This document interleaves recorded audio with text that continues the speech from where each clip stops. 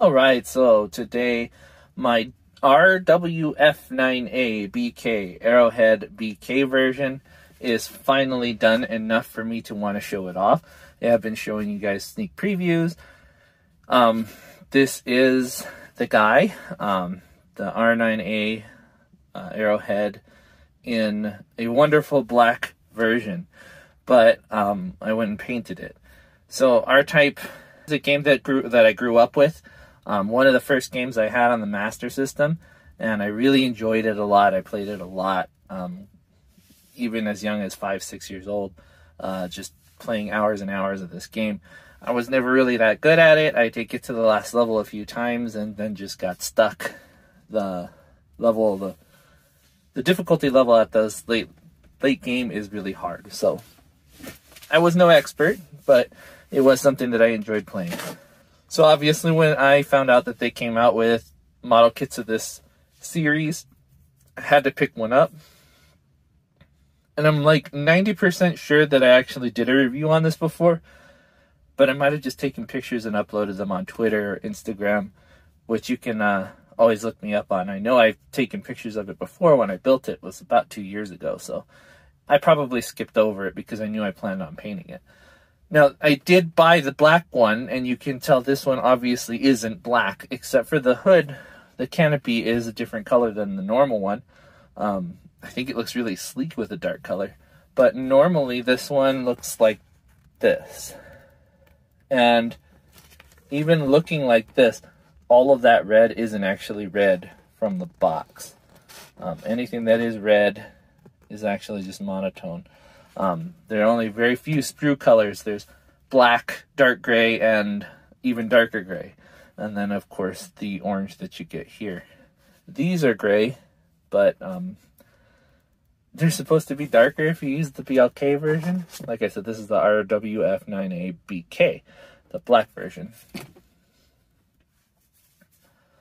This one is from R-Type Tactics, which is a combination of R-Type Command and R-Type Command 2, which was a game that came out on PSP and PS Vita, I think.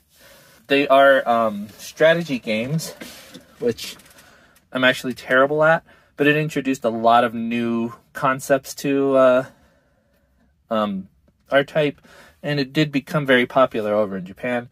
Not so much here, so we actually didn't get the second one, which was Operation Bitter Chocolate, in the US. I finished the first game. I got all the way through. It was very difficult. But the second one I was not able to finish because mostly it was written in Japanese and I couldn't translate that on the fly. Not to say that it isn't something you really need to do a lot of heavy reading on. It is a strategy game, so it's like on a grid pattern and you just move them around, shooting each other. It's very interesting, though, for the lore of the Baido especially. The Baido being the enemies in the R-Type series. But I think I've rambled long enough. This is almost 4 minutes now, and I haven't even talked about the ship as it is. I'm entering this one in a contest. If you've seen my work in progress videos, I have shown off a lot of this guy here. They don't come with those effects, so if you're looking for those, you're not going to get them, but they do come with this. It does come with this ball and this stands, so there's something. The kit itself is fairly good. It's a snap fit kit, so you don't need glue, but I highly recommend using cement. I put this one together originally without it, and that is because I intended to glue to paint it down the line, like I do with a lot of my kits. The Mutsu from Space Ringo Kentai being one of the examples that I'll use. Now, I usually don't touch them after I get everything all painted up and stuff like that, but I did want to show you a review of that other one. If I didn't do a review on this, that's one of the reasons why I didn't handle it too much. Now, this one, actually, it is totally touchable. If you want to touch it, you can go ahead and put your hands all over it. It ain't going to go anywhere. Everything is sealed up. It's nice and dry. Everything is painted and sealed. So, as you can see, everything is pretty good to go. I'm not going to be using these stands, but they do fit on here. So if you buy it yourself, it will work with these stands just fine. and you are obviously going to have a good time displaying it. That's another part of my decoration for the contest. Actually, I have this so that it lights up. Let's see if I can do that for you guys here. You see the vital cord. Let me turn this light down. Looks pretty cool, right? It's very ominous. But the way I got that one done is it's a little rudimentary. We're going to try with something a little bit better, a little bit more stronger than that. But it definitely looks cool to me, at least. I'm going to move him out of the way real fast, and we're going to go over what the ship has. Like I said, it does have the stand. So does the force module. Let me go over what that is, too, afterwards. So the R-9 is a hyperdimensional space fighter. So it isn't, I mean, it doesn't look like a lot. These aren't guns, by the way. They are control rods for the wave cannon, which again doesn't have any external features. Everything on this is basically to get this to function, to move up, down, left, right, your 3 dimensions in space. It can also move through time, which is interesting. It's one of those things where you're like a little head scratchy. When you play the first game back in, I think it came out in '87, it didn't say anything about that. It does say transdimensional, but that is something that they don't really show a lot of. It's an interesting concept, though. You'll have to play the more modern games to get that info. The idea of it moving through space-time and all of that is really, really cool. I'd love to get into more of it, but I don't want to bore you guys with a whole bunch of details. I'm already rambling again. The features on this thing, there's not a lot. These motors actually move up and down. I'm not going to do that, though, because I cemented them in place. This one moves up and down. Again, I'm not going to do that because I cemented it in place. These effect parts don't come with it. I did that with a bunch of blue tack to make it look kind of snazzy here. Oh, and that is supposed to be cemented in, and obviously I didn't do a very good job. But the engines are a nice, beautiful, sculpted look here. So I definitely put some time into that. Obviously not enough in the cementing department, so we're going to have to go back on that. A lot of the cool minuscule features that you see on there, finely sculpted and painted, that I worked rather hard to get on there, are things that can move but aren't really supposed to. Like these are not able to move, but in the game they can actually fold in just a little bit to increase the speed a little bit. These hatches here, they open up, but there's nothing underneath them, so I just went ahead and sealed them in. The 2 control rods for the wave cannon there, they can come off. I didn't actually cement these on. I don't want to take them off, though, because they are painted and it won't look pretty. So we're going to leave those on where they are. And then you can take off the cockpit to reveal... no pilot. I haven't painted him yet. He is coming down the list. And I forgot to turn the light back on, so let's get that back in place. Ooh, look at that's too bright. There we go. So yeah, there's no pilot in here yet, but there is going to be. He's going to sit right there. He's a very small 1/100 scale, so he's going to take some doing to get painted the way I want to. It didn't come with any decals, but I got some generic ones and I put these on here. So you got some no step right here and some cautions, you know, stuff like that. You know, by the engine intakes and stuff like that. I wanted to show off the real feel of this ship, because it isn't very realistic per se, I don't think. I think it's a really cool ship. The shape of it is very interesting. The R in the R9 is actually in reference to the round canopy. It means round. So it's a funny thing.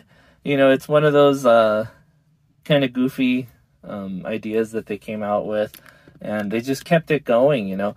I think it's Ireme that came out with it originally, and they just had a lot of fun with the game when they came out with it back in '87, and they just kept going. They came out with R-Type 2, R-Type 3, R-Type Delta, R-Type Leo, came out with R-Type Final, R-Type Command, R-Type Tactics, which is the collection.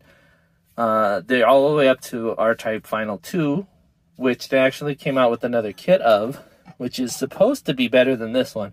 It's more highly detailed. This one has a lot of features. You look at this one and then look at a picture. If you look up R-9 Arrowhead, you'll see that this one isn't the same. The paint job on this one is unique because the one that's in the new game right now, R-Type Final 2, which I'm basing this off of, doesn't have the same wings, and it has a lot of undercarriage that's a little bit different. It is a little bit drier in color, though. There's more monotonous than this one. So I wanted it to look bright and flashy. That's why it has the blue. That's why it has the gray. That's why it has the red. That said, the black version was very flashy too, so I wanted to kind of bring some of that over too. It's kind of cool, I really like the idea of having the bright colors. So it's a mix between different variations of this ship. This one is actually the ship that appeared in the original R-Type game. So that's something I wanted to include, was that nice dark gray coloration instead of these being a light blue like they are in the new game. So it's a lot of... I took a lot of liberties in the paint job. I still really enjoy how it looks. As far as features go, though, the only things that you're going to get are that those are movable, that the cockpit opens up, and that these can come off. You can also pull off the engine pods, like I've shown you guys many times in my work in progress videos. They're not really meant to, though, so it's like just something that can happen, not something that's supposed to happen. On the other side, the Force, which I showed you. Oh, before I go to that, the stand here is actually pretty clever with the ball joint inside here. So you can pose this in a lot of different ways. You can lean it over. You can lean it back. You can lean it forward. It's rather nice for something that's just a static stand. So we'll get him out of the way.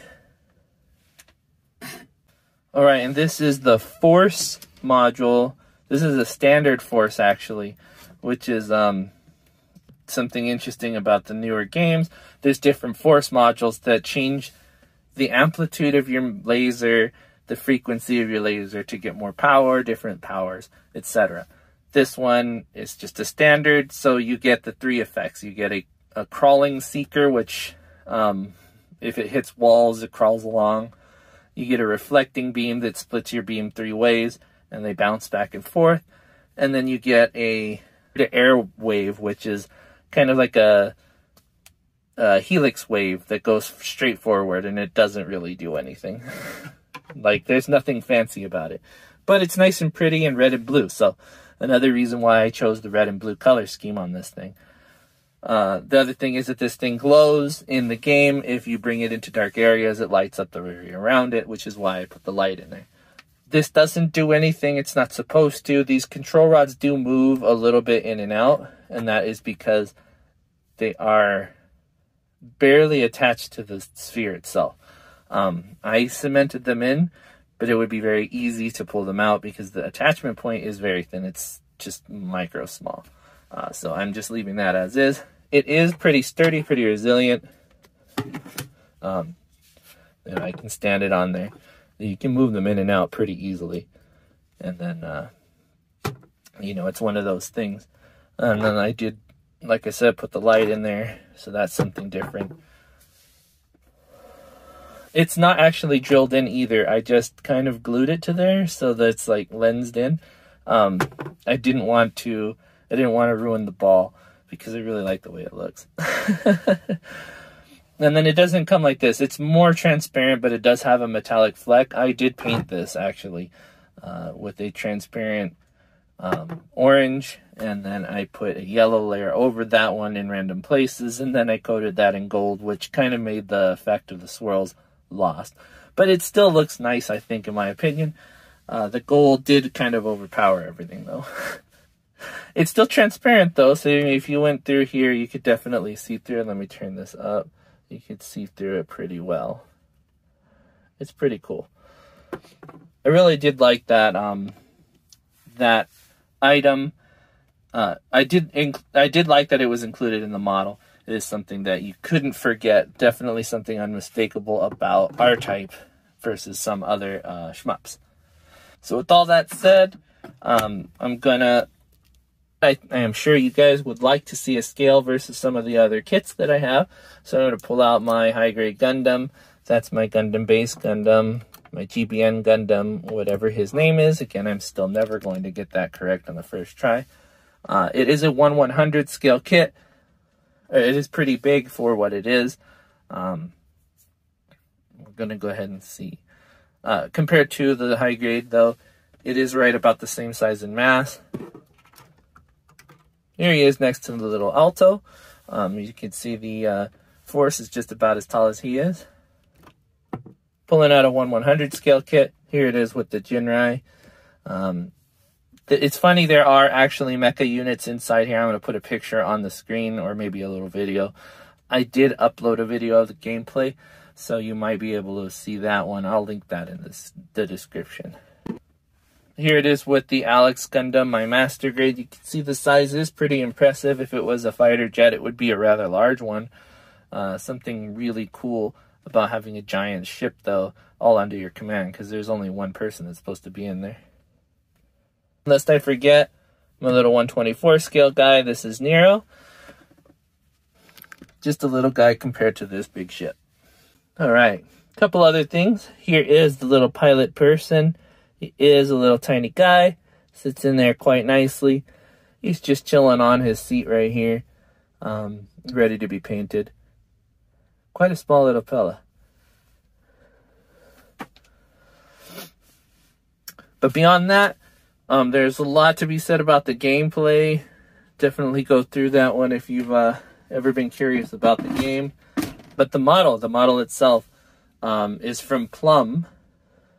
Should have mentioned that a lot longer ago. But so yeah, this kit is from Plum. Really nice kit from their line.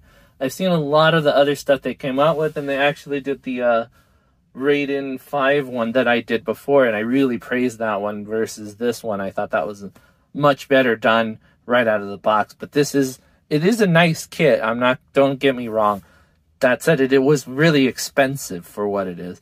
This is the older version, so you'd expect it to, be a little bit less than perfect, but it was $80, even at release, if I recall correctly. I didn't manage to get the original, so I actually just got this one with the intent to paint it, just like you see here. This is what the original one looks like, so I wanted it to look like that. I could have saved some money, because once I bought this one, they actually announced a second one based on the brand new R-Type Final 2 version. So if you are interested in one, then you can definitely get one. It's about the same price, about $80. But it has a lot of updated sprues, a lot of different modeling. Everything from the inner core here is, from the inside here is the same, but everything outside of it is different. It's all revamped, a lot different colors, more color separation. So it's definitely going to go a little further for a right out of the box experience. I don't know if it's any better snap fit, but it's definitely worth a try. Definitely worth looking into. That said, would you want to buy this one? I don't know if you would. Unless you're a huge fan of R-Type, it's probably not something that you want to get right away. But it is something cool for collecting value. I am a huge fan, a huge nerd of R-Type. If you ask me what the Force was made of, I could tell you that it was a biomaterial that they tried to control using those control rods around it. It's a lot of fun. I can tell you that the battleship output of the wave cannon on this one was increased multiple times by the time they were finished with the R-9 series. I can tell you what the R-13A looks like. It's a lot of fun. But in any case, I'm going to stop bothering you about this guy. I think you should definitely get this one if you are a fan of R-Type, or the newer one, actually, rather than this one here. because this one is a little bit lackluster in comparison to the new one, at least in my opinion. But that's all I'm going to bug you with today. I could go a lot further, but I'm not gonna. Like I said, I'm gonna keep ranting and raving if I don't stop right now. So I will see you guys next time, or you'll see me. But more than likely, you'll see my stuff. Bye-bye.